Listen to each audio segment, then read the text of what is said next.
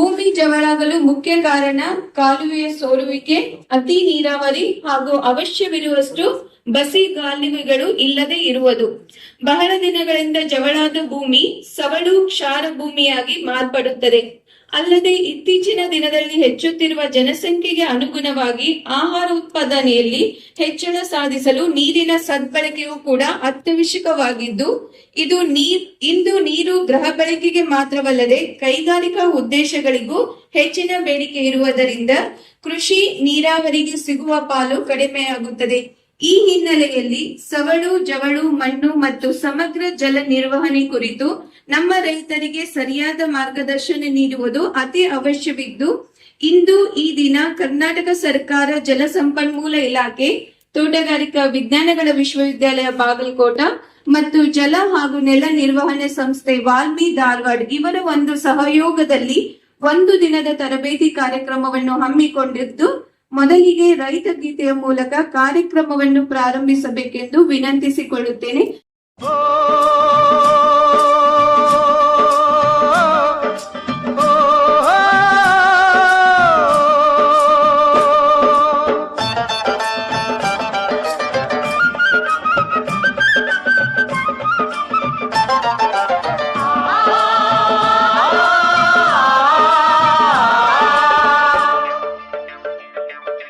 ನೇಗಿಲ ಹಿಡಿದ ಹೊಲದಳು ಹಾಡುತ್ತ ಉಳುವ ಯೋಗಿಯ ನೋಡಲ್ಲಿ,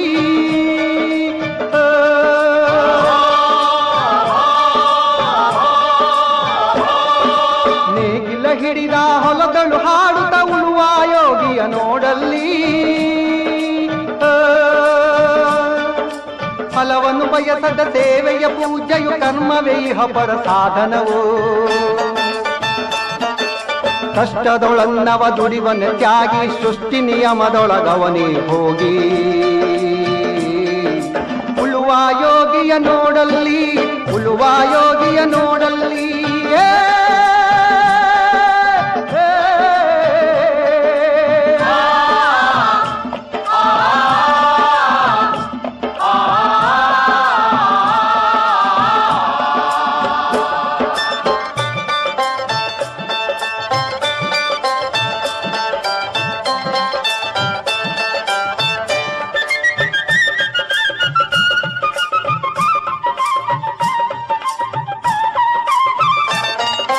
ಲೋಕದೊಳೆನೆ ನಡೆಯುತ್ತಲಿರಲಿ ತನ್ನಿ ಕಾರ್ಯವ ಬಿಡನೆಂದು,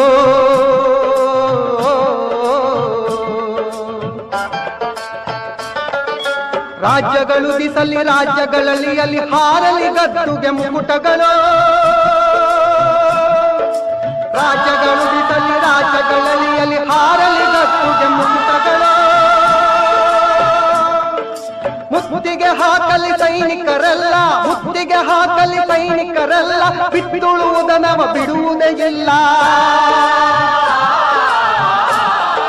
ಬಿತ್ತುಳುವುದನವ ಬಿಡುವುದೇ ಇಲ್ಲ. ಉಳುವ ಯೋಗಿಯ ನೋಡಲ್ಲಿ, ಉಳುವ ಯೋಗಿಯ ನೋಡಲ್ಲಿ.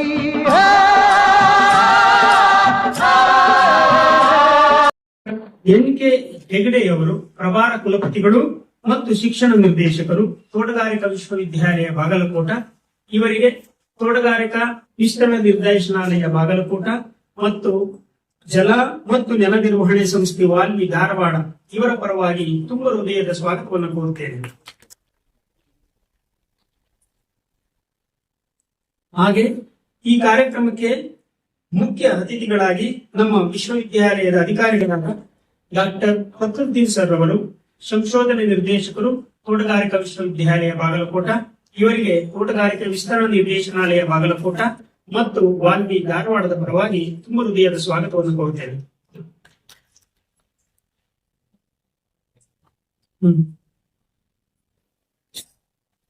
ಹಾಗೆ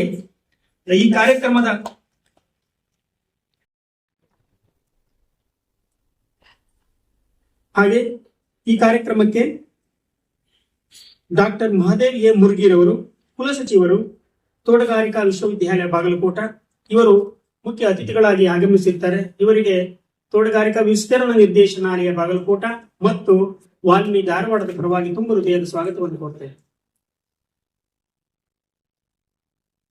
ಹಾಗೆ ಈ ಕಾರ್ಯಕ್ರಮಕ್ಕೆ ಅತಿಥಿಗಳಾಗಿ ಡಾಕ್ಟರ್ ಆನಂದ್ ಬಿ ಮಾಸ್ತಿವಳ್ಳಿಯವರು, ಸಹ ಸಂಶೋಧನಾ ನಿರ್ದೇಶಕರು, ತೋಟಗಾರಿಕಾ ವಿಶ್ವವಿದ್ಯಾಲಯ ಬಾಗಲಕೋಟ ಇವರು ಆಗಮಿಸಿದ್ದಾರೆ. ಇವರಿಗೆ ತೋಟಗಾರಿಕಾ ವಿಸ್ತರಣಾ ನಿರ್ದೇಶನಾಲಯ ಬಾಗಲಕೋಟ ಮತ್ತು ವಾಲ್ಮೀಕಿ ಧಾರವಾಡದ ಪರವಾಗಿ ತುಂಬ ಹೃದಯದ ಸ್ವಾಗತವನ್ನು ಕೊಡ್ತೇನೆ. ಹಾಗೆ ಈ ಕಾರ್ಯಕ್ರಮಕ್ಕೆ ಡಾಕ್ಟರ್ ವೆಂಕಟೇಶ್ ಅವರು, ವಿಸ್ತರಣಾ ನಿರ್ದೇಶಕರು, ತೋಟಗಾರಿಕಾ ವಿಶ್ವವಿದ್ಯಾಲಯ ಬಾಗಲಕೋಟ ಇವರು ಮುಖ್ಯ ಅತಿಥಿಗಳಾಗಿ ಆಗಮಿಸಿದ್ದಾರೆ. ಇವರಿಗೂ ಕೂಡ ತೋಟಗಾರಿಕಾ ವಿಶ್ವವಿದ್ಯಾಲಯ ಬಾಗಲಕೋಟ ಮತ್ತು ವಾಲ್ಮೀಕಿ ಧಾರವಾಡದ ಪರವಾಗಿ ತುಂಬ ಹೃದಯದ ಸ್ವಾಗತವನ್ನು ಕೊಡ್ತೇವೆ.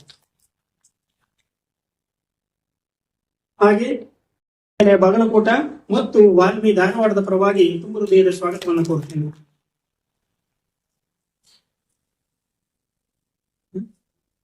ಹಾಗೆ ಈ ಕಾರ್ಯಕ್ರಮದ ಸಂಯೋಜಕರಾದಂತಹ MG ಭೀಮಾ ನಾಯ್ಕರವರು, ಪ್ರಾಧ್ಯಾಪಕರು, ವಾಲ್ಮೀಕಿ ಧಾರವಾಡ ಇವರಿಗೆ ತೋಟಗಾರಿಕಾ ವಿಶ್ವವಿದ್ಯಾಲಯ ಬಾಗಲಕೋಟದ ಪರವಾಗಿ ತುಂಬ ಹೃದಯದ ಸ್ವಾಗತವನ್ನು ಕೊಡ್ತೇನೆ.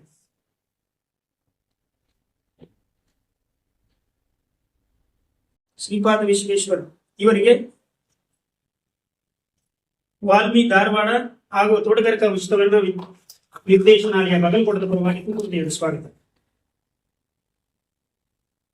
ಅದೇ ರೀತಿ ಈ ಕಾರ್ಯಕ್ರಮಕ್ಕೆ ಬಾಗಲಕೋಟೆಯ ವಿವಿಧ ಭಾಗಗಳಿಂದ ಆಗಮಿಸಿರುವ ಎಲ್ಲ ರೈತ ಬಾಂಧವರಿಗೆ ತೋಟಗಾರಿಕಾ ವಿಶ್ವವಿದ್ಯಾಲಯ ಬಾಗಲಕೋಟ ಮತ್ತು ವಾಲ್ಮೀಕಿ ಧಾರವಾಡದ ಪರವಾಗಿ ತುಂಬ ಹೃದಯದ ಸ್ವಾಗತವನ್ನು ಕೊಡ್ತೇನೆ. ಅದೇ ರೀತಿ ಈ ಕಾರ್ಯಕ್ರಮಕ್ಕೆ ವಾಲ್ಮಿ ಅಂತ ಹೇಳಿ ಒಂದು ಸಂಸ್ಥೆ, ಅದು ಬಹಳ 84ರಿಂದ ನಮ್ಮ ಏನಿದೆ ಧಾರವಾಡದಲ್ಲಿ ಒಂದು ನೆಲ ಮತ್ತು ಜಲ ಸಂರಕ್ಷಣೆಗೆ. ಯಾಕಂದ್ರೆ ಈ ಸೌಳು ಜವಳು ಈಗ ನಾವು ಎಸ್ಪೆಷಲಿ ನಮ್ಮ ಬಾಗಲಕೋಟೆ ಜಿಲ್ಲೆಗೆ ಮಾತ್ರ ಬಹಳ ಅನ್ವಯಿಸ್ತದೆ. ಇದು ನಾವು ಏನು ಇದ್ರೆ ಜಾಗೃತಿ ಆಗಲಿಲ್ಲ, ಇದ್ರ ಬಗ್ಗೆ ನಾವು ಅಧ್ಯಯನ ಮಾಡಿಲ್ಲ, ನಾವು ನೀವೆಲ್ಲ ರೈತ ಬಾಂಧವರು ಕೈ ಜೋಡಿಸಿಲ್ಲ ಅಂತಂದ್ರೆ ನಮ್ಮ ಮುಂದಿನ ಪೀಳಿಗೆಗೆ ನಾವು ಭೂಮಿಯನ್ನು ಉಳಿಸೋದು ಬಹಳ ಕಷ್ಟ ಆಗ್ತದೆ. ಯಾಕಂದ್ರೆ ಈಗ ಸಾಕಷ್ಟು ಭೂಮಿಯನ್ನ ನಾವು ಕಳ್ಕೊಂಡಿದೀವಿ. ಇಲ್ಲಿ ಹಿನ್ನೀರಿಂದ ಕಳ್ಕೊಂಡಿದೀವಿ. ಅಷ್ಟೇ ಹಿನ್ನೀರು ಎಷ್ಟು ಬಂದಿದೆ ಅಷ್ಟು ಮತ್ತೆ ಜೋಡಾಗಿದೆ.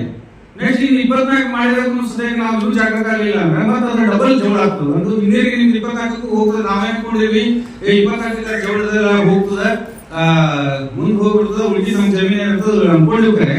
ಅದ್ರ ಪರಿಣಾಮ ನಾವು ಈಗ ಅನುಭವಿಸ್ತಾ ಇದೀವಿ. ನೀವೆಲ್ಲ ನೀವು ನೋಡಿರ್ಬೇಕು. ಈಗ ಬಿಳಿ ತಾಲೂಕು ಹಿನ್ನೀರು ಬಂದದಲ್ಲ, ಎಲ್ಲ ನಮ್ಮ ಭೂಮಿ ಸವಳಾಗಿದೆ. ಮೊದಲಿಗೆ ಎಷ್ಟು ಸಂಪತ್ಪೂರ್ವಕ ಬೆಳಿತಿದ್ವಿ ಅಷ್ಟು ಬೆಳಿತಾ ಇಲ್ಲ. ಈಗ ಬಹಳ ಕಷ್ಟಪಟ್ಟು ಖರ್ಚು ಮಾಡುವಂತ ಇದ್ದಾಗ ಈ ನಿಟ್ಟಿನೊಳಗೆ ನಮ್ಮ ವಿಶ್ವವಿದ್ಯಾಲಯದಿಂದ ಅನೇಕ ಕಾರ್ಯಕ್ರಮಗಳನ್ನು ನಾವು ಇನ್ಸಿಯೇಟ್ ಮಾಡಿದ್ವಿ. ಈಗ ಗಾಡಿಯಲ್ಲಿ ಪೇಪರ್ ಮಿಲ್ ನಮ್ಮ ನೀವೆಲ್ಲ ಎದುರು ಮಾಡಬೇಕು. ನಮ್ಮ ಸಮಾಜದೊಳಗೆ ನಮ್ಮ ಹನುಮಂತಗೌಡರು ಇದ್ರೊಳಗೆ ಸೌಳು ಭೂಮಿಯಲ್ಲಿ ನಾವು ಅರಣ್ಯ ಕೃಷಿಯನ್ನ ಪ್ರಾರಂಭಿಸಿ ಸಕ್ಸಸ್ ಆಗಿದೆ. ಅಲ್ಲಿ ನೀವು ಸ್ಟಾರ್ಟಿಂಗ್ ಅಲ್ಲಿ ವಿಡಿಯೋ ಹಾಕಿದ್ವಿ. ನಾವು ಅದನ್ನ ಆ ವಿಡಿಯೋಗಳು ಸಕ್ಸಸ್ ಆಗಿದೆ. ಅಂತವು ಯಾರು ಸೌಳಿದೆ, ಕೆಲವೊಂದು ಇದಿದೆ, ಯಾವುದೇ ಖರ್ಚಿಲ್ಲದೆ ನೀವು ಮಾಡ್ಕೊಳ್ಳುವಂತ ಒಂದು ಪ್ರಕ್ರಿಯೆಯನ್ನು ನೀವು ಮಾಡ್ಕೊಳ್ಳಿಕ್ಕೆ ಬೇಕಾಗ್ತದೆ.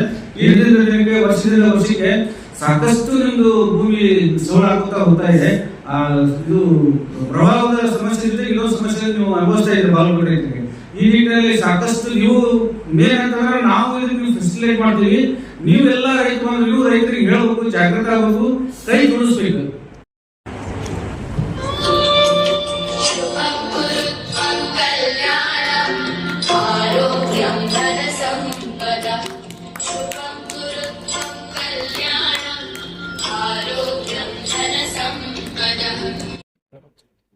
ಸಕಲ ರತ್ನ ಸಂಪನ್ನೆ ವಸುಂಧರೆ ಅಂತ ಹೇಳ್ತೀವಿ. ನಮ್ಮ ಭೂಮಿ ನಮಗೆ ದೇವರು. ಭಾರತದಲ್ಲಿ ಅಗ್ರಿಕಲ್ಚರ್ ನಾವು ಮಾಡೋ ಕೆಲಸ ನಾವು ದೈವಿಕ ಭಾವನೆ ಮಾಡ್ತೀವಿ. ಇಂಥ ಭೂಮಿಯನ್ನು ನಾವು ಉಳಿಸ್ಕೊಳ್ಬೇಕು, ಬೆಳೆಸ್ಬೇಕು, ನಮ್ಮ ನೆಕ್ಸ್ಟ್ ಪೀಳಿಗೆ ಕೊಡಬೇಕು. ನಮ್ಮೆಲ್ಲರ ಕರ್ತವ್ಯ. ಕೃಷಿ ಅಂತಂದ್ರೆ ನಮ್ಮ ಭೂಮಿಯ ನಿರ್ವಹಣೆ ಹೆಂಗ್ ಮಾಡ್ತೇವೆ ಅದೇ ಬಹಳ ಮುಖ್ಯ. ನಮ್ಮ ಪೀಳಿಗೆಯಿಂದ ಪೀಳಿಗೆಗೆ ನಮ್ಮ ಭೂಮಿಯನ್ನು ಹಾಳು ಮಾಡಬಾರ್ದು, ಸಮರ್ಪಕವಾಗಿ ನಿರ್ವಹಣೆ ಮಾಡಬೇಕು. ನಿಮ್ಗೆ ವೈಜ್ಞಾನಿಕ ಮಾಹಿತಿ ಸಿಗುತ್ತೆ. ನಾನು ಶಿಕ್ಷೆಯಲ್ಲಿ ಬಹಳ ಸರ್ವಿಸ್ ಮಾಡಿದ್ದೆ. ಅವಾಗ ನಾವು ಹೇಳ್ತಿದ್ವಿ ಕಾಡು ನೋಡಿ ಕೃಷಿ ಮಾಡು ಅಂತೇಳಿ. ಕಾಡು ನೋಡಿ ಪಕ್ಕದಲ್ಲಿ ನಾವು ವಿದ್ಯಾರ್ಥಿಗಳಿಗೆ ಪಾಠ ಹೇಳ್ಬೇಕಾದ್ರೆ ಪಕ್ಕದಲ್ಲಿ ಅಡವಿ ತೋರಿಸ್ತಿದ್ವಿ. ಅಡವಿಯಲ್ಲಿ ಬಹಳ ಜಾತಿ ಗಿಡಗಳು ಬೆಳಿತಿದ್ವಿ. ಅದೇ ರೀತಿ ರೈತರ ಹೊಲದಲ್ಲಿ ಅಡಕೆ ಆಧಾರಿತ ಬಹುಮಾಡಿ ತೋಟ, ಅಡಿಕೆ ಜೊತೆ 4-8 ಗಿಡಗಳು ಬೆಳಿತಿದ್ವಿ. ಯಾಕಂತಂದ್ರೆ ಪ್ರಕೃತಿಯಲ್ಲಿ ಆ ರೀತಿ ಇತ್ತು. ಪ್ರಕೃತಿಯನ್ನು ಪ್ರಕೃತಿಯಾಗಿ ಉಳಿಸಿಕೊಳ್ಳೋದು ನಮ್ಮೆಲ್ಲರ ಜವಾಬ್ದಾರಿ. ಮಣ್ಣಿನ ನಿರ್ವಹಣೆ ಮಾಡಲು ಸಮಸ್ಯಾತ್ಮಕ ಆಗ್ತಾನೆ ಇರಲಿಲ್ಲ. ಕಾರಣಾಂತರಗಳಿಂದ ನಮ್ಮ ದೇಶದಲ್ಲಿ ಬಹಳಷ್ಟು ಮಣ್ಣುಗಳು ಸಮಸ್ಯಾತ್ಮಕವಾಗಿವೆ. ಇವತ್ತಿನ ವಿಷಯ ಸವಳು ಮಣ್ಣು.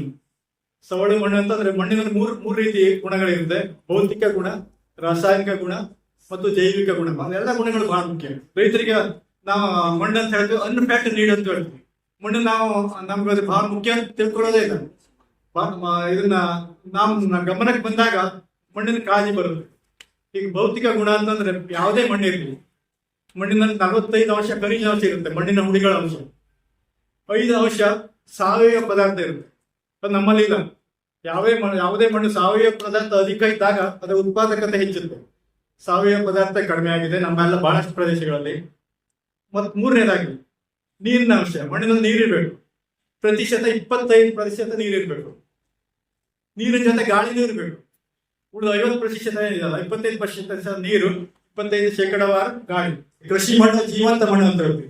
ಇದು ಮಣ್ಣಿನ ಹುಡಿಯಲ್ಲ, ಜೀವಿಗಳ ಸಂಗ್ರಹ. ಸೂಕ್ಷ್ಮಾಣುಗಳು ಮತ್ತು ಮಣ್ಣಿನಲ್ಲಿ ಕೀಟಗಳು, ಉಪಯುಕ್ತ ಕೀಟಗಳಿರುತ್ತವೆ. Excess of water does more harm than the deficit of it. ನೀರು ಹೆಚ್ಚಾದ್ರೆ ನೀರು ಕಡಿಮೆ ಆಗೋದಕ್ಕಿಂತ ಅತಿಯಾದ ಹಾನಿ ಆಗುತ್ತೆ. ನಮ್ಮ ಅಡಕೆ ಮರಗಳಿಗೆ ಕೊಳೆ ರೋಗ ಬರಲಿಕ್ಕೆ ಕಾರಣ ಅಧಿಕವಾದ ನೀರು, ಹಿಡಿಮುಂಡಿಗೆ ಬರಲಿಕ್ಕೆ ಕಾರಣ ಅಧಿಕವಾದ ನೀರು, ಅಡಕೆ ಒಡೆಯಲಿಕ್ಕೆ ಅಧಿಕವಾದ ನೀರು, ಅದರಲ್ಲಿ ಬೇರೆ ಹುಳ ಬರಲಿಕ್ಕೂ ಅಧಿಕವಾದ ನೀರು, ಅಣಬೆ ರೋಗ ಬರಲಿಕ್ಕೆ ಅಧಿಕವಾದ ನೀರು. ಅಂದ್ರೆ ಡ್ರೈನೇಜ್ ಅಥವಾ ನೀರು ಮ್ಯಾನೇಜ್ಮೆಂಟ್ ಬಹಳ ಇಂಪಾರ್ಟೆಂಟ್ ಇದೆ. ಉದಾಹರಣೆ ಕೊಟ್ಟೆ, ಹಲವಾರು ನೀರು ಕೊಟ್ಟಾಗ ನಮ್ಮ ಸಮಸ್ಯೆ ಬಸಿಗಾಲುಗಳಿದ್ದಾಗ, ಬಸಿಗಾಲುಗಳು ಬಹಳ ಮುಖ್ಯ. ನೀರೇ ಸಮಸ್ಯೆ ಅಂತ ನೀರು ಗುಣಮಟ್ಟದ ನೀರು ಇರುವುದಿಲ್ಲ.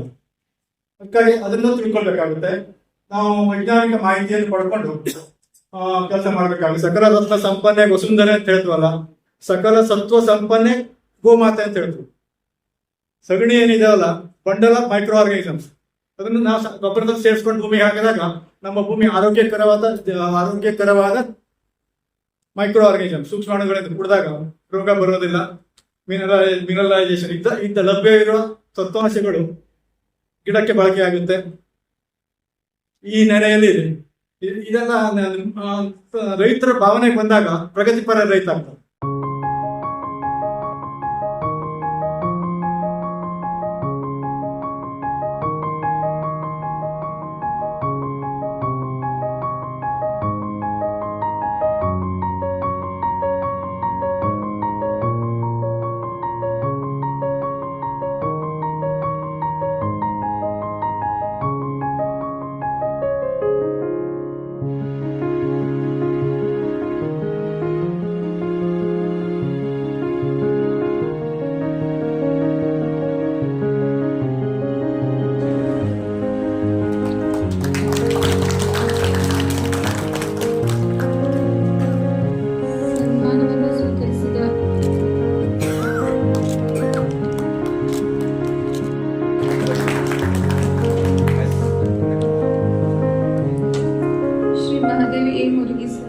ಕುಲಸಚಿವರು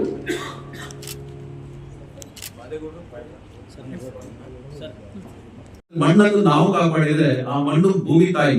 ಮಣ್ಣು ಅಂತಂದ್ರೆ ಭೂಮಿ ತಾಯಿ. ಆ ಭೂಮಿ ತಾಯಿ ನಮ್ಮನ್ನು ಕಾಪಾಡುತ್ತದೆ, ಅಷ್ಟೇ ಇರುತ್ತದೆ.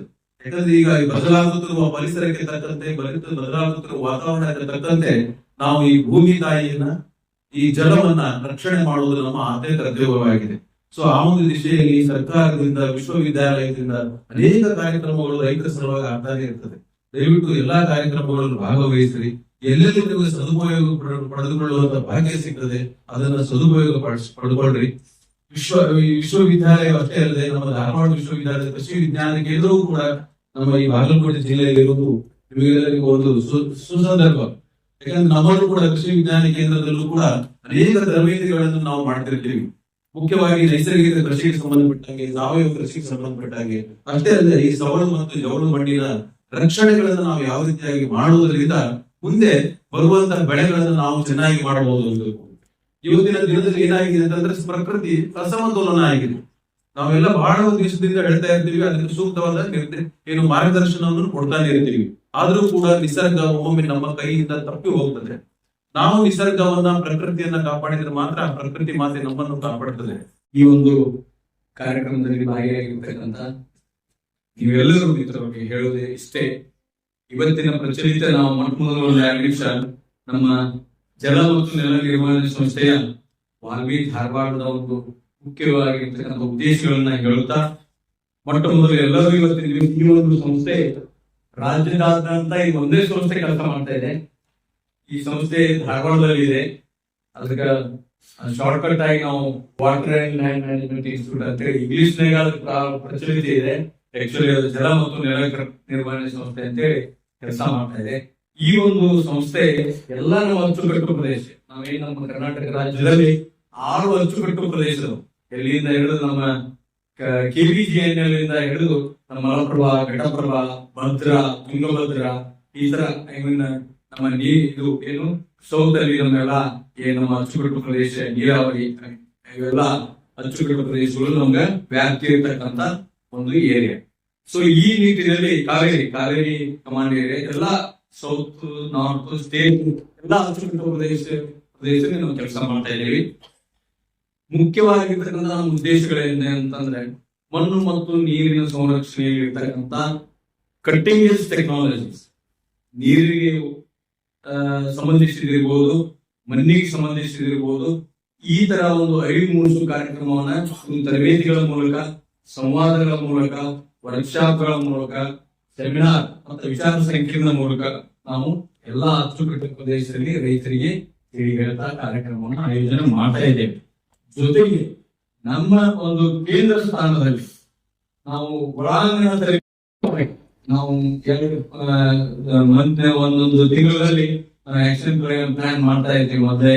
ಸೊ ಒಂದು ತಿಂಗಳ ಒಂದು 10 ರಿಂದ 12 ಕಾರ್ಯಕ್ರಮಗಳನ್ನು ನಾವು ಯಥೇಚ್ಛವಾಗಿ ಒಳಾಂಗಣ ಕಾರ್ಯಕ್ರಮ ಮಾಡ್ತೀವಿ. ಅಲ್ಲಿ 2 ದಿವಸದ ಕಾರ್ಯಕ್ರಮ ಇರ್ಬೋದು, 3 ದಿವಸದ ಕಾರ್ಯಕ್ರಮ ಇರ್ಬೋದು, 5 ದಿವಸದ ಕಾರ್ಯಕ್ರಮ ಇರ್ಬೋದು, ನಾವು ಅಲ್ಲಿ ಒಳಾಂಗಣ ಕಾರ್ಯಕ್ರಮ ಮಾಡ್ತಾ ಇದ್ದೀವಿ. ಇಲ್ಲಿ ತಮಗೆ ತಿಳಿಸುವುದು ಏನಂದ್ರೆ, ಯಾರು ರೈತ ಬಾಂಧವರು ಏನಾರ ನಿಮ್ಮೂರಲ್ಲಿ ತೊಂದರೆಗಳಿದ್ರೆ, ಈ ತರ ಎಲ್ಲ ನಮ್ಮ ಬೀಳಿಗಿ ತಾಲೂಕಾ, ಬಾಗಲಕೋಟೆ ತಾಲೂಕಾ, ಹುನಗುಂದು, ಮುಧೋಳ, ಜಮಖಂಡಿ, ಮಾಲಿಕರ ಎಲ್ಲಾ ಈ ತರ ತೊಂದರೆ ಆಗೋದ್ರಿಂದ ನೀವೆಲ್ಲ ರೈತ ಬಾಂಧವರು 40 ಜನ 50 ಜನ ನೀವು ರೆಡಿ ಆಗ್ತಿ, ನೀವು ಬರ್ತೀರಿ ಅಂತಂದ್ರ ಅಲ್ಲಿ ನಮ್ಮ ಬಸ್ ಕಳಿಸ್ತೀವಿ. ಬಸ್ ಕಳಿಸಿ ಅವ್ರು ಕರ್ಕೊಂಡ್ಬಂದು ನಮ್ ಕ್ಯಾಂಪಸ್ ಕರ್ಕೊಂಡ್ಬಂದು ಅಲ್ಲಿ 2 ದಿವಸ 3 ದಿವಸ ಅವ್ರ ಬಸ್ತವೆಲ್ಲ ಅನುಕೂಲ ಮಾಡಿ, ಎಲ್ಲ ಆಯೋಜನೆ ಮಾಡಿ, ಎಲ್ಲಾ ಮಣ್ಣು ನೀರು ಸಂರಕ್ಷಣೆ ತಂತ್ರಜ್ಞಾನಗಳ ಜೊತೆಗೆ ಕೃಷಿಯನ್ನ ಯಾವ ತರ ಲಾಭ ಮಾಡಬೇಕು, ಅದರಲ್ಲಿ ತೋಟಗಾರಿಕೆ ಎಲ್ಲಾ ಲಾಭ ಹೆಂಗ್ ಮಾಡ್ಬೇಕ್ರೆ ಈಗ ಅನ್ನೋದು ತಂತ್ರಜ್ಞಾನಗಳ ಬಗ್ಗೆ ನಿಮ್ಗೆ ವಿವಿಧ ನಾವು ತರಬೇತಿ ಮೂಲಕ ಟಾಪಿಕ್ಗಳನ್ನ ನಾವು ಡಿಸೈನ್ ಮಾಡಿದೀವಿ. ಬಹಳ ಚೆನ್ನಾಗಿ ಕೆಲಸ ಮಾಡ್ತಾ ಇದೆ ಸರ್.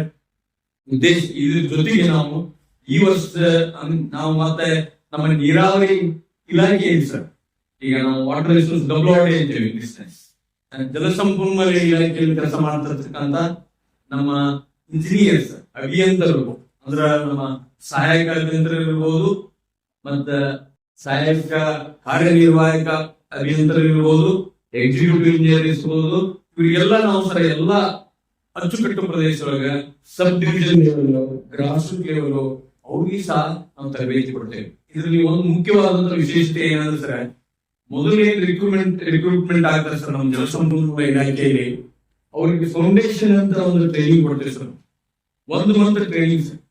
ಅವರು ಆ ಒಂದು ಟ್ರೈನಿಂಗ್ ಆದ ತಕ್ಷಣ ಅವರು ತಮ್ಮ sub division level, grass root level ಕೆಲಸ ಮಾಡಲಿಕ್ಕೆ, ಅವರ ಕಾರ್ಯಕ್ಷಮತೆ ಹೆಚ್ಚಿಸಲಿಕ್ಕೆ ಆ ಒಂದು ನಮ್ಮ ವಾಲ್ಮೀಕಿ ತರಬೇತಿ ಜ್ಞಾನ ಬಹಳ ಉಪಯೋಗ ಆಗಿದೆ ಅಂತ ಹೇಳಿ ಸಾಕಷ್ಟು ನಮ್ಮ ಇಂಜಿನಿಯರ್ಸ್ ಎಲ್ಲ ನಮ್ಗೆ ಫೀಡ್ಬ್ಯಾಕ್ ಕೊಟ್ಟಿದ್ದಾರೆ ಸರ್.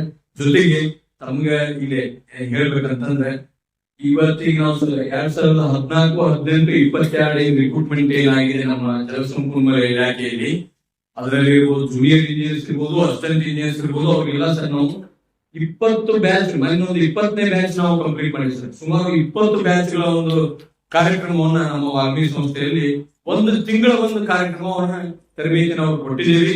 ಅವ್ರಿಗೆ ಇವತ್ತಿನ ದಿವಸ ನಮ್ಮ ಕರ್ನಾಟಕ ರಾಜ್ಯದಾದ್ಯಂತ ಎಲ್ಲ ಅಚ್ಚುಕಟ್ಟು ಪ್ರದೇಶದಲ್ಲಿ ಸಬ್ ಡಿವಿಷನ್ ಲೆವೆಲ್, ಅದರ ಬೇಸಿಕ್ ಲೆವೆಲ್ ಎಲ್ಲ ಅವರು ಅಚ್ಚುಕಟ್ಟಾಗಿ ಕೆಲಸ ಮಾಡ್ತಾ ಇದ್ದಾರೆ.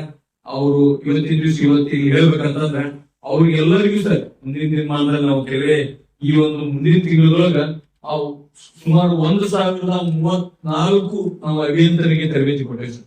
ಏನು 20 ಬ್ಯಾಚ್ ಅಲ್ಲಿ ಅವ್ರನ್ನ 1 ದಿವಸ ನಾವು ಬೆಂಗಳೂರಲ್ಲಿ ಕಾರ್ಯಕ್ರಮ ಫೈನಲ್ ಆಗಿದೆ ಸರ್.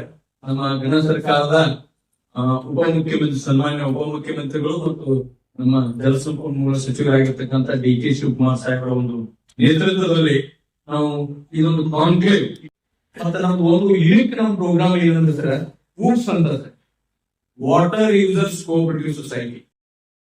ನಮ್ಮ ನೀರು ಬಳಕೆದಾರರ ಸಂಘಗಳನ್ನ ನಾವು ಎಲ್ಲಾ ಅಚ್ಚುಕಟ್ಟು ಪ್ರದೇಶದಲ್ಲಿ ರಾಜ್ಯಾದ್ಯಂತ ಅವನ್ನೆಲ್ಲ ಬಳಕೆನ ಏನು ಎಂಪವರ್ ಅವನು ಯಾವ ತರ ಈಗ ಒಂದಿಷ್ಟು ಜನ ಒಂದಿಷ್ಟು ಗುಂಪುಗಳು ಕಾರ್ಯ ಮಾಡ್ತಾ ಇಲ್ಲ, ಒಂದಿಷ್ಟು ಅರ್ಧ %, 50% ಕೆಲಸ ಮಾಡ್ತಾ ಇದ್ದಾವೆ, ಒಂದಿಷ್ಟು 20% ಕೆಲಸ ಮಾಡ್ತಾ ಇದ್ದಾವೆ. ಅಂತ ಸಂಘಗಳನ್ನು ನಾವು ಬಲವರ್ಧನೆ ಮಾಡಲಿಕ್ಕೆ ಯಥೇಚ್ಛವಾಗಿ ನಮ್ಮ ಕಾರ್ಯಕ್ರಮ ಇರ್ತದೆ ಮತ್ತೆ ಅದಕ್ಕೆ ಅಡ್ವೈಸರಿ ಸರ್ವಿಸಸ್ ನಾವು ಮಾಡ್ತೀವಿ. ಅದಕ್ಕೊಂದು ಎಕ್ಸ್ಕ್ಲೂಸಿವ್ ವಾಟ್ಸಪ್ ಗ್ರೂಪ್ ಮಾಡಿದ್ವಿ ಸರ್.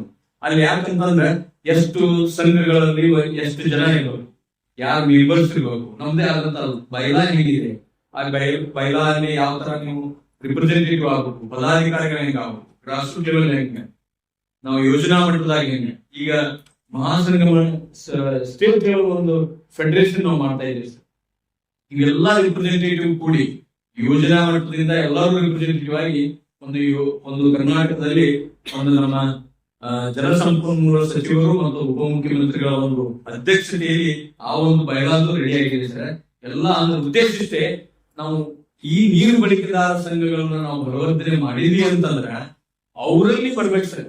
ಇದು ನಮ್ಮ ನೀರು, ಇದು ನಮ್ಮ ಕೆನಾಲು, ಇದು ನಮ್ಮ ಬೆಳೆ, ಇದು ನಮ್ಮ ಹೊಲ ಅನ್ನೋ ಒಂದು ಕಾರ್ಯಕ್ರಮಕ್ಕೆ ಇನ್ನೂ ಹೆಚ್ಚಿಗೆ ಪ್ರೋತ್ಸಾಹ ಸಿಗ್ತಂತೆ. ಈ ತರ ಹಲವಾರು ಕಾರ್ಯಕ್ರಮದ ಜೊತೆಗೆ ಅವ್ರನ್ನೂ ಸಹ ಕರ್ಕೊಂಡು ನಾವು ಈ ತರ 10 ಹಲವಾರು ಕಾರ್ಯಕ್ರಮ ನಾವು ಮಾಡ್ತಾ ಇದ್ದೇವೆ ಸರ್. ಬೆಳೆಯಬೇಕಾದ ಸುಮಾರು 16 ಪೋಷಕಾಂಶಗಳು ಬೇಕಾಗ್ತದೆ. ಅಂದ್ರೆ ಸಾರ್ವಜನಿಕ ರಂಜಕ, ಪೊಟ್ಯಾಶ್, ಕ್ಯಾಲ್ಸಿಯಂ, ಮ್ಯಾಗ್ನೀಸಿಯಂ, ಇದರ ಮಾಲಿಬ್ಡಿನಮ್ ಬೇಡ. ಈಗ ಏನಾಗ್ತಾ ಇದೆ, ಒಂದ್ ಬೆಳೆ ನೀವು ಕಬ್ಬು ಹಚ್ಚಿದ ಮೇಲೆ ಕಟಾವು ಆಗುವವರೆಗೂ ನಿಮ್ಗೆ ಆ 16 ಪೋಷಕಾಂಶಗಳು ಬೇಕು. ಅಂದ್ರೆ ಚೆನ್ನಾಗಿ ಅದು ನಿಮ್ಗೆ ಸೈಜು ಬರುತ್ತೆ, ಶುಗರ್ ಕೇನ್ ರಿಕವರಿ ಪರ್ಸೆಂಟೇಜ್ ಬರುತ್ತೆ. ಇವೆರಡು ಇದ್ದಾಗ ಮಾತ್ರ ನಮ್ಗೆ ಇಳುವರಿ ಚೆನ್ನಾಗಿ ಬರ್ತೈತಿ. ಫ್ಯಾಕ್ಟ್ರಿದಾಗ ಕಬ್ಬೊಂದು ನಿಮ್ಗೆ ಎಷ್ಟು ರೈತ ಕೊಡ್ತೀರಿ, ಎಷ್ಟು ಶುಗರ್ ರಿಕವರಿ ಇರ್ಬೇಕು ಅಂದ್ರೆ ಫ್ಯಾಕ್ಟ್ರಿ ತೊಂದ್ರೆ ಕೊಡ್ತಾ ಇದ್ರ ರೈತರಿಗೆ ಎಷ್ಟು ಇರ್ಬೇಕು? 11% ಕಡಿಮೆ ನಾವು ಶುಗರ್ ಕೇನ್ ರಿಕವರಿ ಇತ್ತು ಅಂದ್ರೆ ಮಾತ್ರ ಕಬ್ಬಿನ ತೊಂದರೆ. ಇದೇ ಇಲ್ಲೇ ನಾವೇನ್ ವಿಚಾರ ಮಾಡ್ಬೇಕು, ಕಬ್ಬನ್ನ ನಾವು 8 ರಿಂದ 10 ವರ್ಷ ಯಥೇಚ್ಛವಾಗಿ ಅದೇ ಒಂದೇ ಮನೆಯಲ್ಲಿ ಬೆಳೆಯೋದ್ರಿಂದ ಆ ಕಬ್ಬಿಗೆ ಬೇಕಾದಂತ ಎಲ್ಲಾ ಪೋಷಕಾಂಶಗಳನ್ನು ತೆಗೆದು ಖಾಲಿ ಮಾಡಿಬಿಡ್ತೇವೆ, ಅದಾಗಿ ಖಾಲಿ ಆಗ್ತೈತೆ. ಅದಕ್ಕೆ ಡಿಫ್ಯೂಷನ್ ಆಫ್ ನ್ಯೂಟ್ರಿಯೆಂಟ್ಸ್ ಅಂತೇವೆ.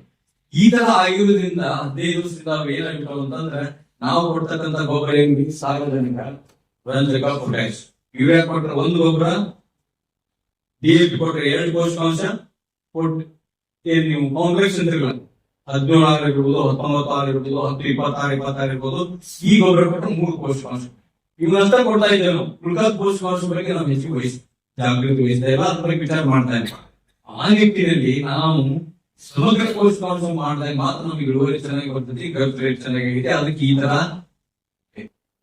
ಈ ಪೋಷಕಾಂಶ ಕೊಡದೇ ಇದ್ದ ಕಾರಣ ನಮ್ಮಲ್ಲಿ ಇರ್ತಕ್ಕಂಥ ಸಾವಯವ ಅಂಶ ಕಡಿಮೆ ಆಗ್ತಾ ಇದೆ. ಜೊತೆಗೆ CN ರೇಷಿಯೋ ಅಂತ ನಾವು ಮನೆಯಲ್ಲಿ ಅದು ಬ್ಯಾಲೆನ್ಸ್ ತಪ್ಪೈತಿ. ಅಂದ್ರೆ ನಮ್ಮ ಮನೆಯಾಗಿರ್ತಕ್ಕಂಥ ಪೋಷಕಾಂಶ ಸರಿಯಾಗಿ ಬೆಳೆಗೆ ಸಿಗ್ತಕ್ಕಂಥ ಒಂದು ವಾತಾವರಣ ಅಲ್ಲಿ ನಿರ್ಮಾಣ ಆಗಿದೆ. ಸೊ ಈ ತರ ಆಗೋದ್ರಿಂದ ಸೌಳು ಜೋಳ ಆಗ್ತಾ ಇದೆ. ನಮ್ಮ ವಾಲ್ಮೀಕಿ ಒಂದು 75 ಎಕರೆ ಲ್ಯಾಂಡ್ ಇದೆ ಸರ್.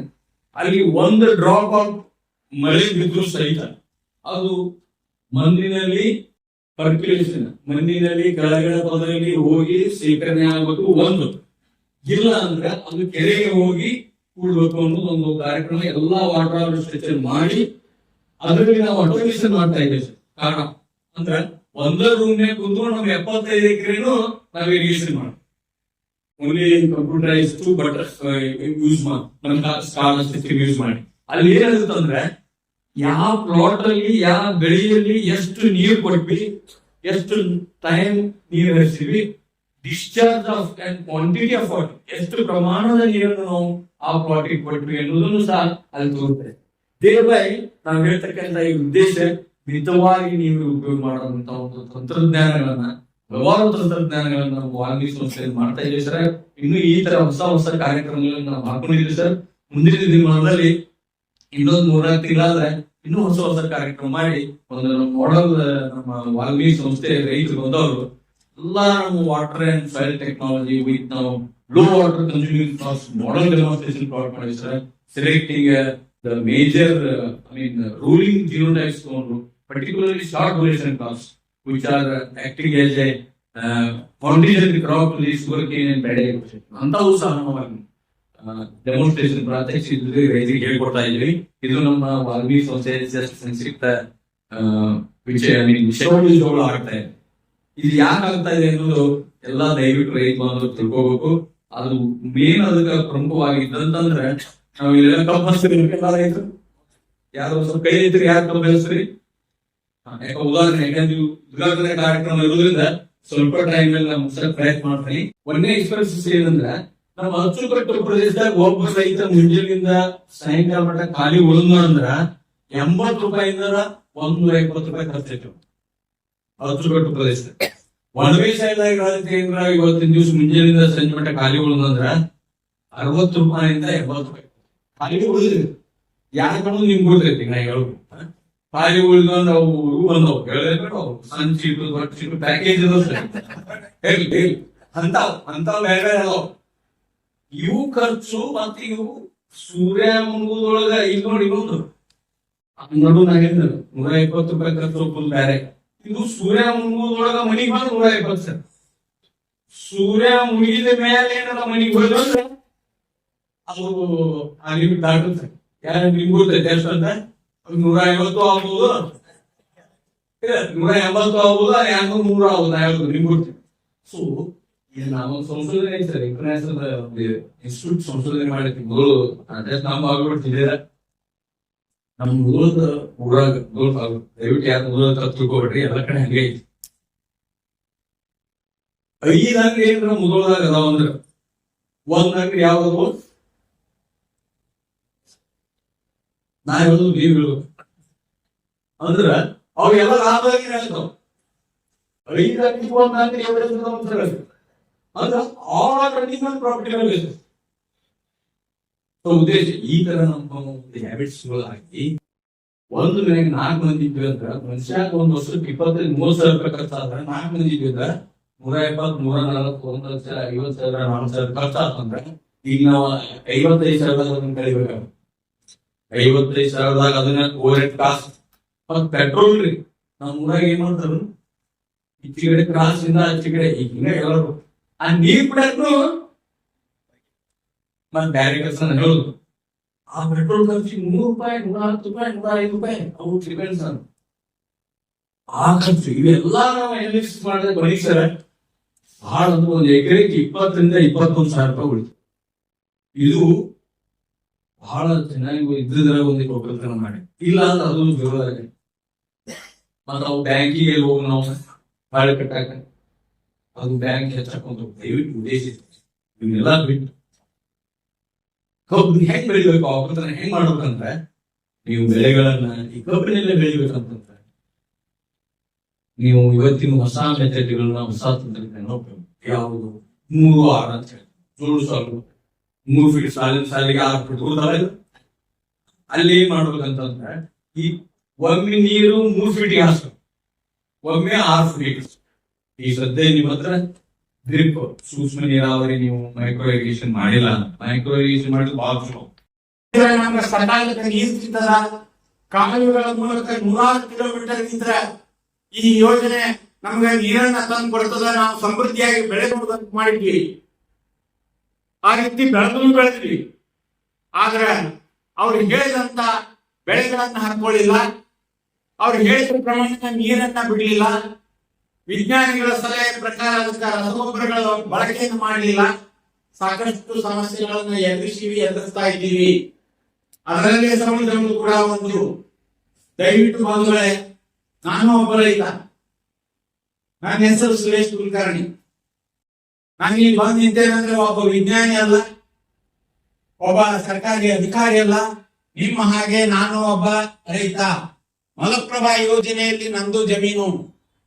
ಆ ಭಾಗದ ರೈತರು, ನನ್ನ ಗ್ರಾಮದ ರೈತರು ಕೂಡ ಸಾಕಷ್ಟು ಇಂತಹ ಸಮಸ್ಯೆಗಳನ್ನು ಎದುರಿಸ್ತಾ ಇದ್ರು. ಸುದೈವಶಾತ್ ಅಲ್ಲಿ ಯಾರು ಕಬ್ಬನ್ನ ಬೆಳೆಯುವುದಿಲ್ಲ, ಭತ್ತ ಬೆಳೆಯುವ ಭೂಮಿ ನಮ್ದಲ್ಲ. ಆದ್ರೆ ನಾವು ಬೆಳೆಯುವಂತ ಬೆಳೆಯಲ್ಲೇನೆ ಅವರು ನೀರನ್ನ ಬಿಟ್ಕೊಳ್ಳೋದು, ಆ ಕಾಲುವೆಗಳ ನಿರ್ವಹಣೆ, ಅವುಗಳನ್ನೆಲ್ಲ ನೋಡಿದಾಗ ಒಂದ್ ಸ್ವಲ್ಪ ಖೇದ ಅನಿಸ್ತಿತ್ತು, ಎಲ್ಲೋ ನಾವು ಎಡುತ್ತಾ ಇದ್ದೀವಿ ಅಂತ ಹೇಳಿ. ಅದನ್ನ ನನ್ನ ಪ್ರಮಾಣದಲ್ಲಿ ಅದನ್ನ ಸರಿಪಡಿಸುವ ಅದರ ಪ್ರತಿಫಲ 2000 ನನಗೆ ಸಿಕ್ಕಲ್ಲ ಅಂತ ಹೇಳಿ ನಾನು ಹೆಮ್ಮೆಯಿಂದ ಹೇಳ್ಕೊತೇನೆ. ನೀರು ಬಳಕೆದಾರ ಸಹಕಾರಿ ಸಂಘಗಳು ಯಾವ್ಯಾವ ಕಮಾಂಡ್ ಏರಿಯಾದಲ್ಲಿ ಅಚ್ಚುಕಟ್ಟು ಪ್ರದೇಶದಲ್ಲಿ ನೀರಾವರಿಯ ಫಲಾನುಭವಿಗಳು ನಾವಿದ್ದೀವಿ, ಕಾಲುವೆಗಳ ಮೂಲಕ ನೀರನ್ನ ಪಡಿತಾ ಇದ್ದೀವಿ. ನಮ್ಮದೇ ಆದಂತಹ ಪ್ರಮಾಣದ ನೀರನ್ನ ಹಂಚಿಕೊಂಡು ಇಲಾಖೆಯಿಂದ ಕೈ ಜೋಡಿಸಿ ಅವರೊಂದಿಗೆ ಕೈ ಜೋಡಿಸಿ ನೀರು ಬಳಕೆದಾರ ಸಹಕಾರಿ ಸಂಘಗಳಾಗಿ ನಮ್ಮ ಒಂದು ಸಂಘದ ವ್ಯಾಪ್ತಿಗೆ ಹಂಚಿಕೊಟ್ಟಂತಹ ನೀರಾವರಿ ಪ್ರದೇಶವನ್ನ ಸಮರ್ಪಕವಾಗಿ ಅಲ್ಲಿ ನೀರಿನ ನಿರ್ವಹಣೆ ಮಾಡಿದ್ದಾದ್ರೆ ಸಂಪೂರ್ಣ ಭಾಗದ ನೀರಾವರಿ ಫಲಾನುಭವಿಗಳೆಲ್ಲ ಆ ಸಂಘದೊಂದಿಗೆ ಆ ಇಲಾಖೆಯೊಂದಿಗೆ ಕೈ ಜೋಡಿಸಿದ್ದಾದ್ರೆ ನೀರಾವರಿ ಯಶಸ್ವಿ ಆಗ್ತದ ಅನ್ನುವಂಥದ್ದನ್ನ ನಾನು ಮನಗಂಡೆ. 2000 ಇಸ್ವಿಯಲ್ಲಿ ಕರ್ನಾಟಕ ಘನ ಸರ್ಕಾರ ಕಾನೂನಾತ್ಮಕವಾದಂತಹ ನೀರು ಬಳಕೆದಾರ ಸಹಕಾರಿ ಸಂಘ ಅನ್ನುವಂಥದ್ದು ಈ ಜಲಸಂಪನ್ಮೂಲ ಇಲಾಖೆಯಲ್ಲಿ ಪರಿಚಯಿಸಿದೆ ಬಂಧುಗಳು. ಸುಂದರವಾದಂತಹ ಒಂದು ವೇದಿಕೆಯನ್ನ ನಮಗೆ ನಿರ್ಮಿಸಿಕೊಟ್ಟಿದ್ದಾರೆ. ಯಾಕಂದ್ರೆ ನಾವು ಅಚ್ಚುಕಟ್ಟು ಪ್ರದೇಶದಲ್ಲಿ ನೀರಾವರಿ ಫಲಾನುಭವಿಗಳಿದ್ದೀವಿ, ನಾವುಗಳೆಲ್ಲ ಆ ನೀರಾವರಿಗೆ ಆ ವ್ಯವಸ್ಥೆಗೆ ಸಹಭಾಗಿತ್ವ ನೀರಾವರಿ ಪದ್ಧತಿಯನ್ನ ಅಳವಡಿಸಿಕೊಳ್ಳದೆ ಹೋದರೆ ನಮ್ಮ ಮನುಷ್ಯಂತೆ ಬೌದ್ಧಿಕವಾದಂತಹ ಒಂದು ಸಾಮರ್ಥ್ಯ ಶಕ್ತಿ ಸಾಮರ್ಥ್ಯ ಉಳ್ಳಂತಹ ಒಂದು ವೇದಿಕೆ ನೀರು ಬಳಕೆದಾರ ಸಹಕಾರಿ ಸಂಘ ಅಂತ ನಾವು ಹೇಳ್ಬೋದು.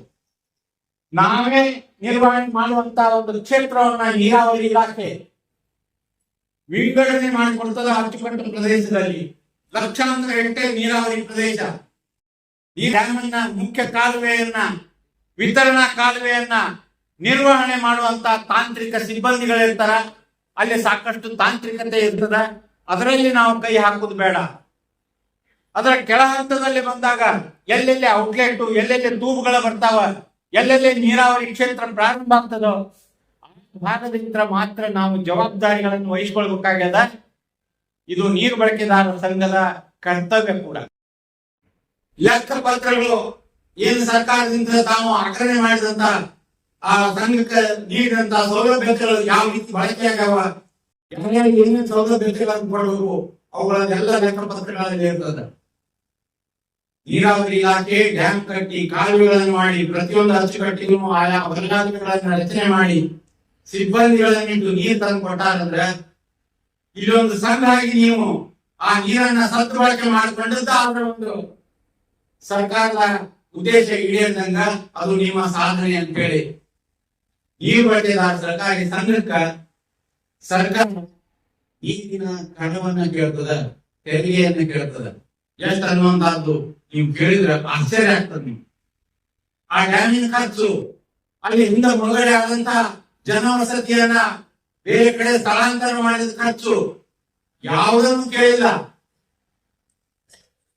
ನೀವು ಇಷ್ಟು ಬೆಳೆದ ದೇಶದ ಅನ್ನದ ಕೊರತೆಯನ್ನ ನಿಲ್ಲಿಸಿದಿರಿ. ಇದೇ ನಿಮ್ಮ ಸಾಧನೆ. ಸಾಕು, ನಿಮ್ಗ ಸರ್ಕಾರಕ್ಕೆ ಏನು ಕೊಡೋದು ಬೇಡ.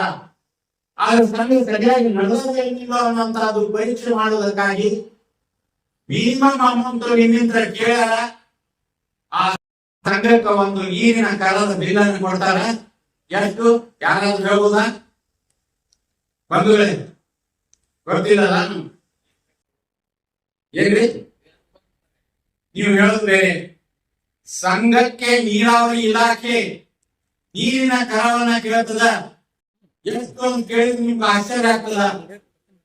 ಅದು ಕೂಡ ಒಂದ್ ಸ್ವಲ್ಪ ತಾಂತ್ರಿಕತೆ ಅದ. ನಾ ಅದನ್ನು ಬಿಡಿಸಿ ಹೇಳಿ ಪ್ರಯತ್ನ ಮಾಡ್ತೀನಿ. 1000 ಘನ ಮೀಟರ್ಗೆ